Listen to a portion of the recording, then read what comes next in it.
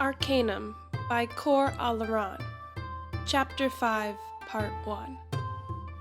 Clad in a muddy brown robe, and with the morning sun beating down on her, Ruby approached the gate from the lower quarter to the merchants, head low and eyes snapping left and right. Every guard was noted and memorized. Every possible escape route and even the arcanist atop the wall, who looked down not on her but the slums as a whole, was placed in her head, labeled and considered as she scanned for potential threats and more escape routes. Ruby drew her hood up and adjusted her mantle, a simple piece of off-gray cloth wrapped around her shoulders, linked above her heart by the brooch with the snarling wolf's head. Her hands lay flat at her side. It was hard to keep them there and not let them wrap around the knife she'd hidden under her robes. Well, calling them robes was a bit much.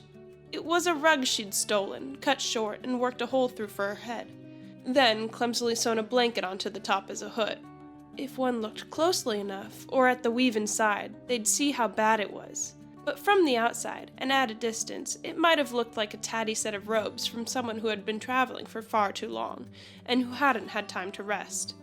To better sell that image, she'd rolled around in some mud on the riverbank. "Halt!" a guard called, approaching her warily. "What business have you in the—" Another tapped on the breastplate of the first, then pointed to the brooch on her chest. The first swallowed and stepped back, murmuring under his breath and calling out for the others to open the gate. "Lord Arcanist," the guard said respectfully, allowing her to pass. Ruby's heart raced. That was it? That was how easy it was? She fought the urge to break into a spring the second she was through, and instead walked calmly down the fancier roads found within the merchant's quarter, expecting an attack from behind at any moment, or for the arcanist atop the wall to shout out that she was a fraud, or just to launch a spell at her. Nothing came. No one spoke. When she broke her facade to look back, the guards weren't even watching her, and the arcanist was still focused on the slums.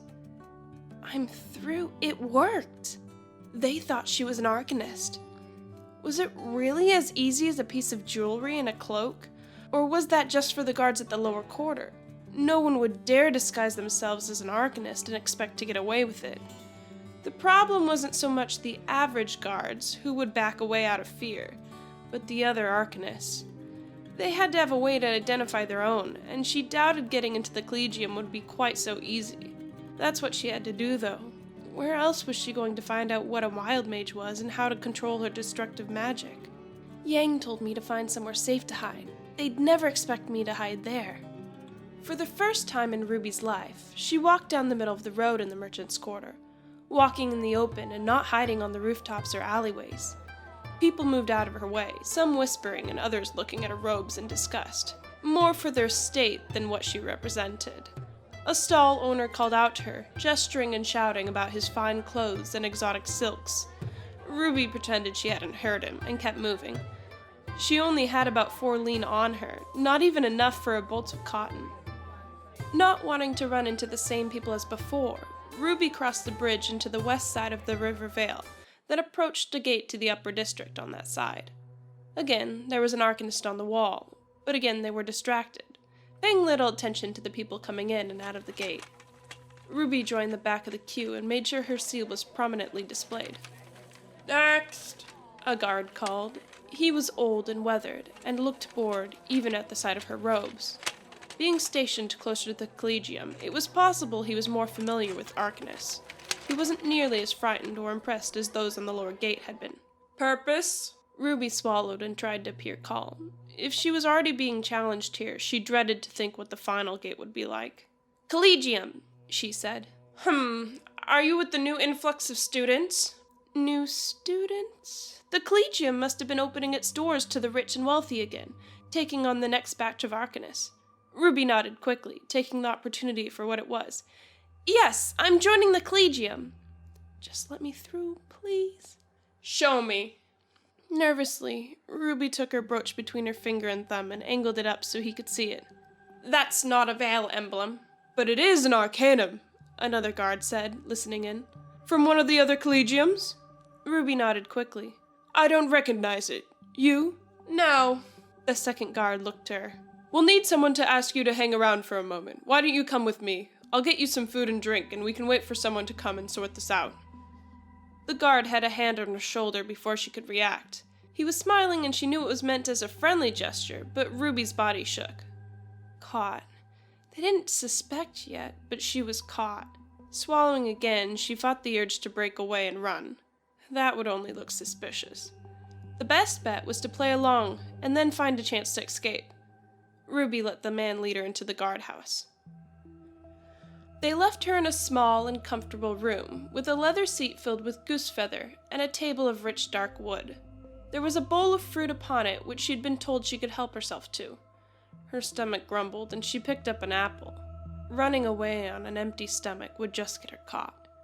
Like the ravenous creature she was, she fell on the offering. Nothing survived. It didn't occur to her that it might be for snacking. That wasn't how it worked in the slums. If food was put before you, you ate it. There was no telling when another meal might come around, so even if it left you so full you felt ill, you still forced it down. The fruit was sugary sweet and sour in places, but Ruby bit into it without pause, chewing for only as long as she had to before biting into another and starting again. The apples were reduced to cores, then nibbled clean until there was no flesh left. The banana skin were tough, but edible. The bounty was too much for her, though. These guards had life far too nice. 2 apples, 3 bananas, 2 limes, and several grapes and oranges had fallen to her, but the bowl was still half full. There was no point in wasting the meal, so she stuck a banana down her hose, filled her shirt under her robes with as many oranges as she could carry, and began to upend the grapes into her pockets. It only made sense to stock up for when times were less generous, but she was so focused on the expensive food she didn't think to watch the time or listen at the door. When it opened with a click, she froze. When a man in robes a dark shade of blue entered, Ruby panicked. I got distracted, horse piss. And now, an Arcanist had found her. Ruby stared at him, holding the grapes as though she could somehow use them as weapons. He was a tall man with gray-black hair and a mustache that tickled his upper lip. Lithe and thin, even in his robes, he swept into the room and closed the door behind him, looking at her with an inquisitive expression. I was told I was meeting a young woman, not a boy. I am a woman, Ruby mumbled, indignant even if she'd heard those words 100 times before. Though her appearance might have been flat and underweight, her voice was not, and the Arcanist's eyes grew a little wider. Ah, he coughed into his fist. I apologize. His eyes strayed to the empty bowl on the table. I suppose that explains your appetite. My name is Arthur Watts. I am an Arcanist at the Arcane Collegium of Vale. You may address me as Arcanist, Sir, or Mr. Watts, whichever pleases you. He wasn't threatening her or bringing out the spells, even if he could. That didn't relieve her any, but it was a good sign, maybe, unless he was so confident he didn't need to show his hand. Silence permeated between them, the man standing there waiting for something. That was your cue to introduce yourself. Huh, really? Why didn't he say so? Ruby rose. Charmed. The Arcanist bowed faintly, and then swept his robes back, sitting on one of the seats, and gesturing for her to do the same. Seeing no other option, she did. The guards at the gate called me to say someone had tried to enter the upper district with an arcanum not native to Vale. Well, that would normally be enough cause for my intervention as it is. She also claimed to be a student. That is you, I assume. An arcanum? That must have been what the seals were called. Ruby nodded. Arcanum are given to official arcanists or those accepted into a collegium. In the case of the latter, a student cannot leave a collegium until they are fully qualified arcanists. I found myself wondering just how you are here, outside of your collegium and approaching our own. The seal, arcanum, whatever, had come from the faunus in the bar, and everyone knew the faunus came from menagerie. It was a convenient excuse, and Ruby went with it, having no other ideas or options. My collegium fell. Watt's eyes grew wide. You come from menagerie? At her nod, he leaned forward. Show me your arcanum. Give it to me. Ruby unclasped the brooch and held it out. The man snatched it and held it up to the light, humming as he inspected the wolf's head and the 2 empty sockets within it. No gemstones. You're an apprentice, then? Or are you completely new? Not having any idea what he was talking about, she took the easy option. I'm new. I see. Did you actually get into the collegium, or were you sent this and told to attend? The last one. I was on my way there when it fell. You are fortunate, then, he said. There were, to my understanding, no survivors from the fallen menagerie. Unfortunate as well, for I'd hoped you might have answers to what happened." He sighed and placed the Arcanum down on the table. "No matter. Perhaps that is a mystery best left buried. So upon the loss of Menagerie and its Collegium, you have travelled here in the hopes of joining our own?" Ruby nodded again. Was that allowed? Would it prove her fake? There was no knowing, but it felt safer to agree with everything the Arcanist said. Nod, smile, and do whatever he wanted as long as it didn't mean her walking into a cell, or the sanctum. "Good." Her shoulders loosened. "All Arcanists should be tied to a Collegium. To operate outside of one is a grave offense, one which might have found you sent to the sanctum."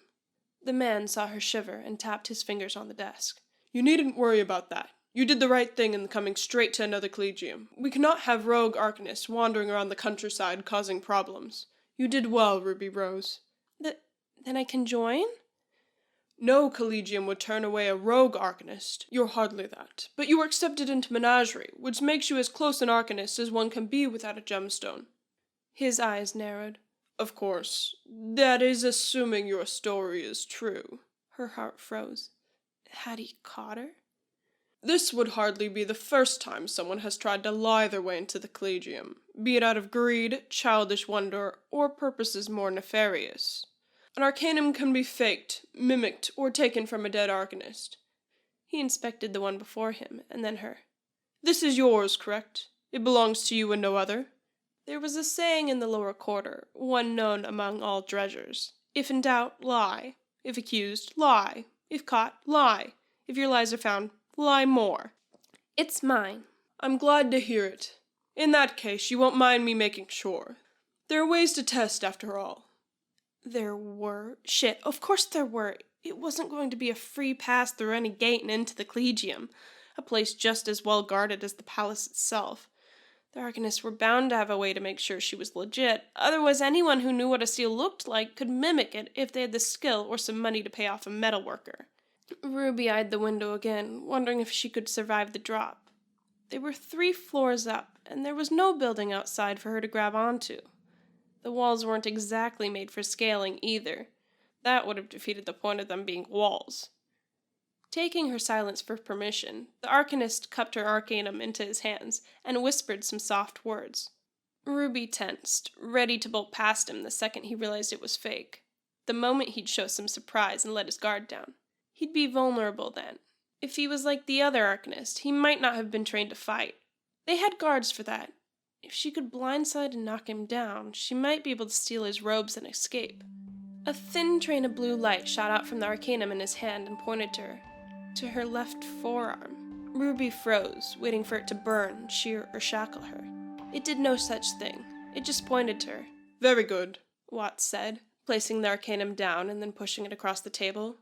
"I had to be sure you understand. The Arcane Collegium contains many grand secrets and works of art, any of which might be of value to those with nefarious intentions." I passed? But how? "It's on your arm, I presume?" Watts asked. "A common place for the mark. Show me." Still confused, but slowly coming to realize she might have somehow gotten through this, Ruby extended her arm towards him. He took it and pushed her sleeve up, revealing the tattoo the Arcanist had given her. Ruby's eyes widened as he touched a finger to her skin, and the tattoo glowed faintly. "This marks you as an Arcanist, specifically of the Menagerie Collegium," he said. "That's a shame, as we'll not be able to override it with our own. But it should not be a problem." He let her arm go, and she pushed her sleeve back down. "In the future, if someone challenges you, show them both your Arcanum and your arcane brand." He held out the brooch to her. Ruby clasped it to her mantle once more, hiding her shock in the quick movements. The tattoo was part of the seal thing, but all it did was make sure the brooch kept coming back, which, now that she thought about it, was the whole damned point, wasn't it? If an Arcanum could be stolen from an Arcanist, it would cause havoc. You could have just about anyone breaking into the Collegium and moving around the city at will, going through whatever gates they wanted, just like she had. It wasn't that the guards had been lax in not questioning her more. It was that it was simply not possible for someone to steal an Arcanum from an Arcanist, because the tattoo would activate when it was taken too far away, making the damn thing reappear back on the Arcanist's person.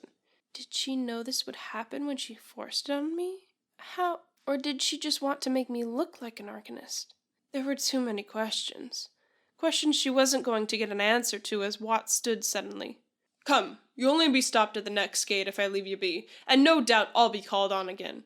I shall escort you into the Collegium and hand your introduction myself. It will save us both time and energy. Ruby stumbled out of her seat and ran after him.